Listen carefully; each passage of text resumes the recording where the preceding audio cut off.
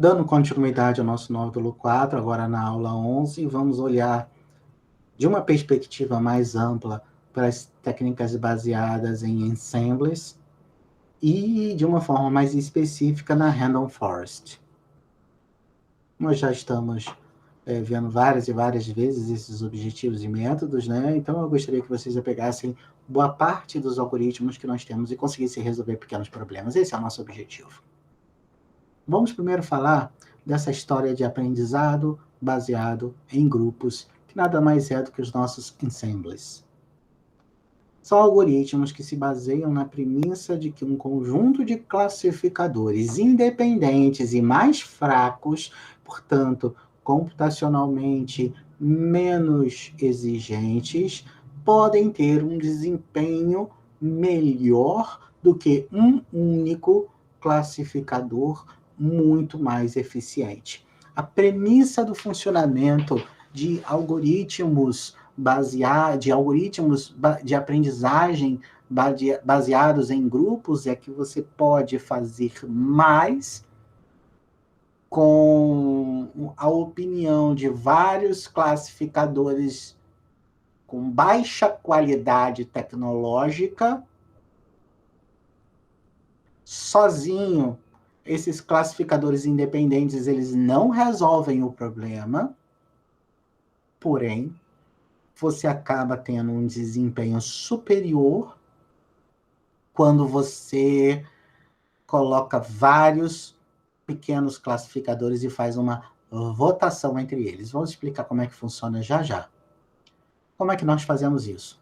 Nós podemos criar vários algoritmos diferentes, que nós temos que fazer vários. Olha só, nós temos que fazer vários pequenos algoritmos. Essa é a chave. Tá? Então, vários conjuntos de classificadores independentes. Como eu gero vários conjuntos? Podemos alterar algoritmos. Então, eu posso usar pequenos algoritmos que são rápidos de serem resolvidos e fazer uma coleção de pequenos algoritmos diferentes.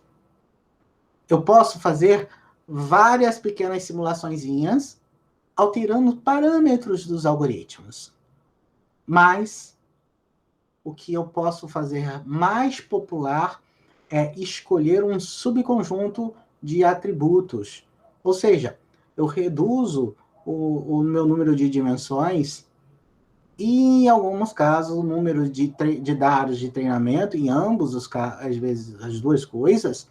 Eu crio pequenos conjuntos de dados, eu tenho 1000 dados, e eu quero fazer 500 classificações independentes, e eu posso criar pequenos subgrupos de 100 dados, de 50 dados, e criar classificadores mais fáceis, ou melhor dizendo, mais simples, mais ineficientes quando você observa um só, porém, quando eles trabalharem em conjunto, eles vão ser mais eficazes. A ideia por trás disso é utilizar diferentes adaptadores. E aí nós temos alguns algoritmos que são baseados em grupos. Nós temos o Random Forest, que será o foco daqui a pouquinho. E o que ele faz? Ele faz várias pequenas árvores de decisão. O AdaBoost, Adaptative Boost, ou estímulo adaptativo. É adaptável no sentido de que você pode fazer pequenas classificações e ajustar elas a favor das instâncias que são classificadas erroneamente em etapas anteriores. Então, mas o AdaBoost ele pode ser sensível ao ruído dos dados, em alguns casos isolados. E assim, como todos os algoritmos, há algoritmos que funcionam melhor e outros que não funcionam tão bem assim, dependendo do dia e das coisas que estão acontecendo em volta. Nós podemos fazer o Bootstrap Aggregation ou Bagging, onde você altera o conjunto, o tamanho do conjunto de treino. Nós podemos fazer uma metodologia genérica de boosting, onde você, de fato, cria uma metodologia de estímulo baseado em grupos, que cria classificadores fracos, mas em grande número, mas que eles podem ser de diversos tipos. Vou dar um exemplo. Poderia ser baseado em naviebeias, dezenas de pequenos naviebeizinhos, se é o que pode imaginar. Imagina vários pequenos bebezinhos, né? Então você tem lá pequenos naviebeizinhos. E eles são muito mais ineficientes sozinhos, mas o conjunto de bebezinhos dá uma opinião mais forte. E você tem vários outros. Aqui, olha só para ver como é que você fica com os nomes, né? Botou Boost e escolha suas letras de preferência. Então você tem Cascading, que é diferente, ok. Aí nós temos o Boost, o estímulo marrom, o co-estilo, o co-estímulo, né? E o LP estímulo. Basicamente é Brown, co, enfim, tem vários, alguma coisa Boost por aí afora. Tem um que é muito bom, é o XG Boost. Muito, muito bom. Bom, e o Random Forest? Você vai induzir a criação de pequenas árvores de decisão, alterando o subconjunto de dados de treino, porém com reposição. É um bootstrap, uma inicialização com pequenos conjuntos de dados, reponha, cria um novo, faz nova árvore e você cria subconjuntos aleatoriamente. Seleciona um subconjunto aleatório dos seguintes atributos de treinamento, um subconjunto aleatório dos atributos de treinamento, que podem ser todos ou somente uma partezinha deles.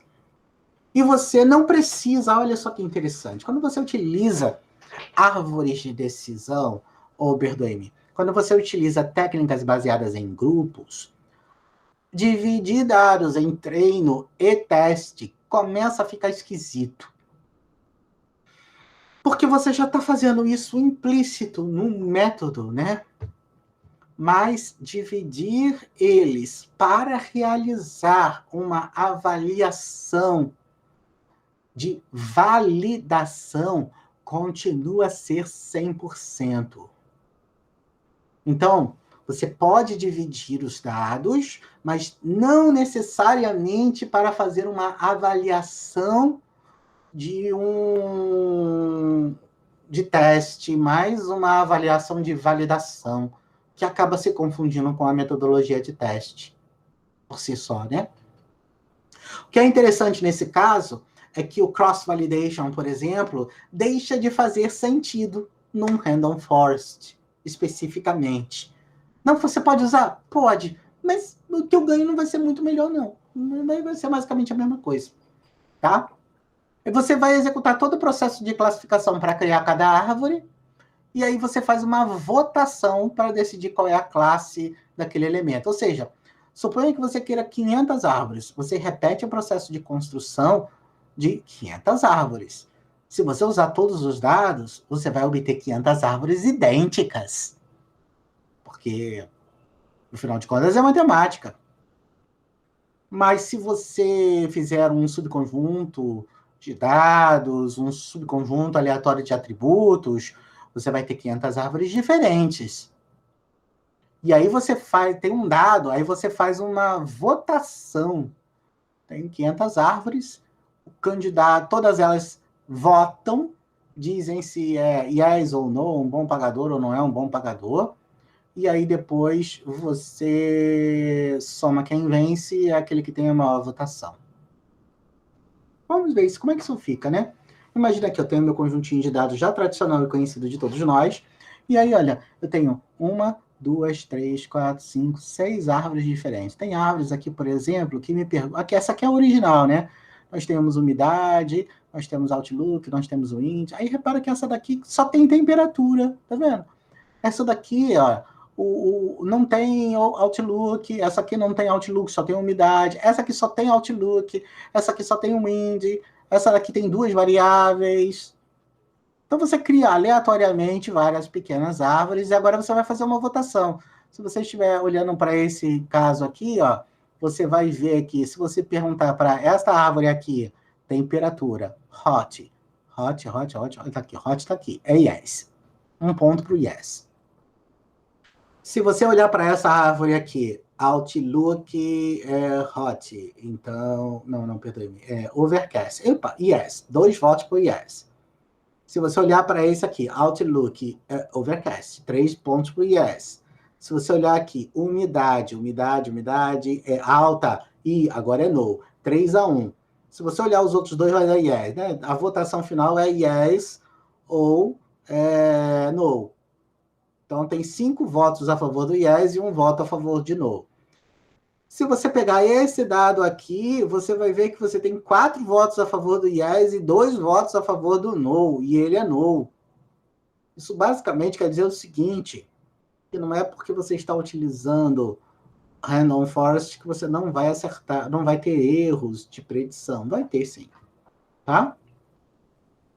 Vamos realizar um problema prático, e desta vez nós vamos usar o mesmo problema que utilizamos anteriormente em árvore de decisão para determinar se o cliente é ou não um bom pagador, tá? É o mesmo caso que nós usamos em árvore de decisão, fica aí para vocês estudarem em casa a comparação entre os dois métodos. Vamos lá. E o que nós precisamos fazer para rodar o Random Forest? Primeiro, nós precisamos instalar o pacote Random Forest. Se você não instalou, instale. Segundo, nós vamos utilizar os dados de Random Forest. E aqui está os dados. Olha, tem atualização, eu não sabia. Terceiro, eu vou pegar os dados que nós temos. Deixa eu fazer isso antes daqui. Esses dados estavam antes perdidos. Vamos voltar aqui, vamos lá. Pessoal da edição, vamos voltar. Bom, como resolver o nosso problema de Random Forest? A primeira coisa que você precisa fazer é abrir o código dentro do nosso, ou instalar o nosso pacote Random Forest dentro do R. Segundo, carregar o pacote. Nesse caso aqui, enquanto eu gravo, tem uma pequena atualização que eu ainda não tinha visto. Espero que isso não afete o nosso problema. Vou carregar os dados de teste de crédito que eu já tenho aqui no meu pacote. Então, estou utilizando aqui uma técnica de leitura que eu poderia fazer pelo import dataset, mas eu estou utilizando a própria linguagem do R para escolher o arquivo. Então, ele abre aqui onde eu quero pegar o arquivo, seleciono o arquivo que eu quero, carreguei o arquivo. Olha só, gente, o comando é isso, acabou o modelo, é só isso que eu tenho para fazer. Olha, modelo igual Random Forest. Classe, por que classe? Classe, você abrir aqui, ó, eu tenho classe aqui, classe, é minha coluna, né? Então, classe como função de todas as outras colunas. Meus dados estão na variável crédito e o número de árvores que eu quero, inicialmente eu vou botar aqui, ó, 500 árvores. 500 árvores. Pronto. Agora a gente espera, já acabamos de fazer as 500 árvores. Quero fazer uma observação das informações que eu tenho no meu modelo. Se você fizer aqui apenas modelo, você vai ver que tem muita coisa aqui que, na verdade, está pequenininho, né? Tem uma matriz de confusão aqui, o erro de classificação de cada uma delas, tá? Ele te dá aqui algumas informações bem simples. Eu posso fazer alguma coisa melhor aqui, ó. Modelos preditos. Ele me deu cada uma das informações entre good e bad. A importância dos modelos dos atributos no modelo. Então, olha aqui, olha. O que eu tinha? Tenho várias colunas, né? Vários atributos, né? Então, aqui, nesse output, ele está me dando aqui, ó, quais são as informações que foram mais relevantes e menos relevantes. Você percebe, por exemplo, que check-in status era muito relevante, que credit amount era muito relevante, comparado com foreign worker, bem pouco relevante. Proporção de votos na classificação de cada um, né? Basicamente, ó, quando você faz a métrica para a instância, vamos supor que eu quero pegar somente essa instância aqui, ó, 499 dos dados aqui, dentre todos os dados que nós temos. O atributo do dado 499, 449, se você for aqui e olhar, aqui, vamos descer aqui, ó. Eu tenho 1000 dados, né? Por isso que está ali 449. Eu devia ter pego um número menor, né? 499, perdoe-me. Tá aqui, ó. Essa linha aqui. O que ele está dizendo para mim? Quando ele olhou essa linha aqui, ó, que eu estou tentando chegar aqui sem atrapalhar o negócio, ele está basicamente dizendo que é good. É good. Então, ele basicamente está dizendo o seguinte, ó, 449.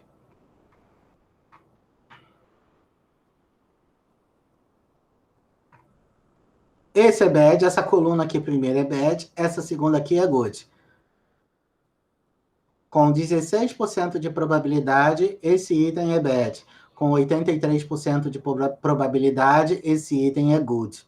E, obviamente, esse aqui tem maior proporção, e, portanto, é a classe que ele atribuiu e ele previu corretamente.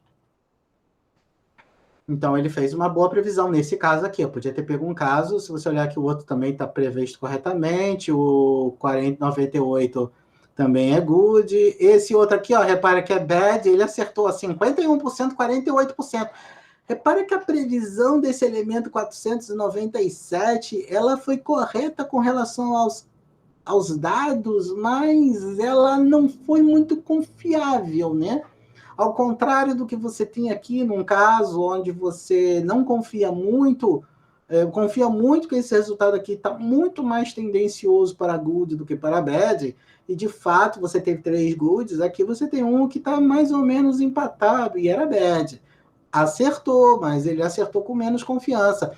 E esse outro aqui, ó, tem muita confiança que é good, mas esse é bad. Ele errou.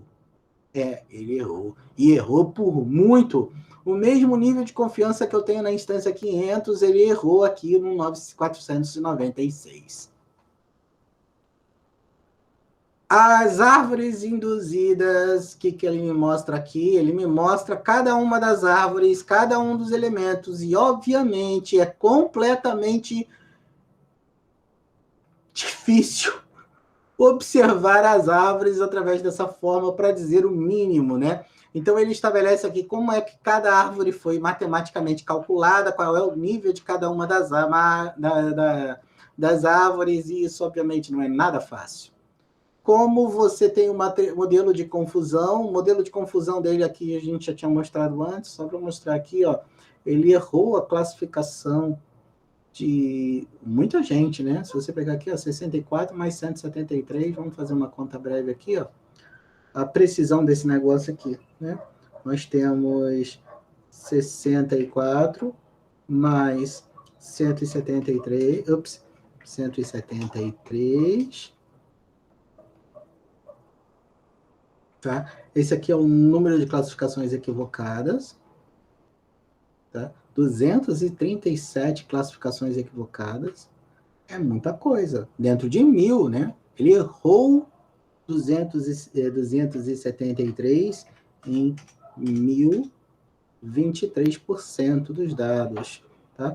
Eu só por dizer em cargo de consciência, mas, gente, 1 menos 23%, então 127 mais 636 dividido por 1076,3, exatamente a soma, né? 233,766.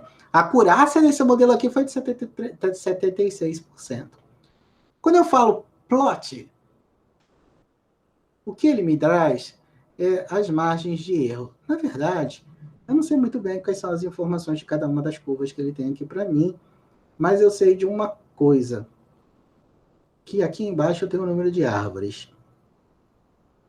Se por acaso você tivesse interrompido com 50 árvores, você estaria por aqui, ó. E você não teria certeza se era possível fazer melhor. O ideal é que você faça mais árvores do que o necessário para que você perceba nitidamente a estabilização das curvas de erro. E fazer uma análise predicta, você pode pegar aqui aleatoriamente um dado e fazer uma avaliação, construção de modelo predict, né? Então aqui, ó, você previu o good para a variação 154, o que será que nós temos no 154? No meu dado de crédito, crédito, 154, classe. É good. Então, ele previu corretamente o 154, tá vendo? Então, basicamente, ele fez uma correta predição do valor 154. Eu poderia ter montado técnicas de validação para isso? Posso, fique à vontade. Tá? Fique à vontade para experimentar isso em casa. Compare os dados que nós obtivemos na nossa simulação com os dados que nós obtivemos quando estudamos a árvore de decisão. lembre-se sempre que se você não tiver um ganho expressivo na qualidade dos resultados preditos, utilizando o Random Forest em relação à árvore de decisão, use a árvore de decisão. Por quê? Porque a simplicidade da árvore de decisão traz vantagens que você não quer abrir mão se o que você tiver de ganho financeiro, quando eu falo custo, é custo mesmo, é o custo de errar e de acertar. Se ele não for significativo do ponto de vista financeiro, não compensa você utilizar uma técnica mais robusta. É claro que se você errar 1 ou 2 clientes numa predição de bom pagador, e isso significa 10 milhões a mais ou a menos, num montante de 20%, isso pode ser um erro muito grande. Então, qualquer mínimo ajuste qualitativo, quantitativo da predição, está válido. Mas é preciso ponderar essas coisas. E se você não tiver ganho, e se quando você fez a árvore de decisão, fazendo uma poda e tudo mais, a sua acurácia foi melhor. Então, qual o sentido do Random Forest? Ok? No geral, Random Forest desempenha-se melhor do que a árvore de decisão, mas não existe regra para isso. Minhas referências. 3 textos bem legais também de serem lidos. 3 textos básicos que explicam basicamente as mesmas coisas que eu abordei aqui no curso e representam de uma forma minimalista os problemas de Random Forest que nós temos por aí afora. Então, nós vimos, estudamos os conceitos teóricos e fizemos um exemplo prático de Random Forest na aula de hoje. Obrigado pela atenção.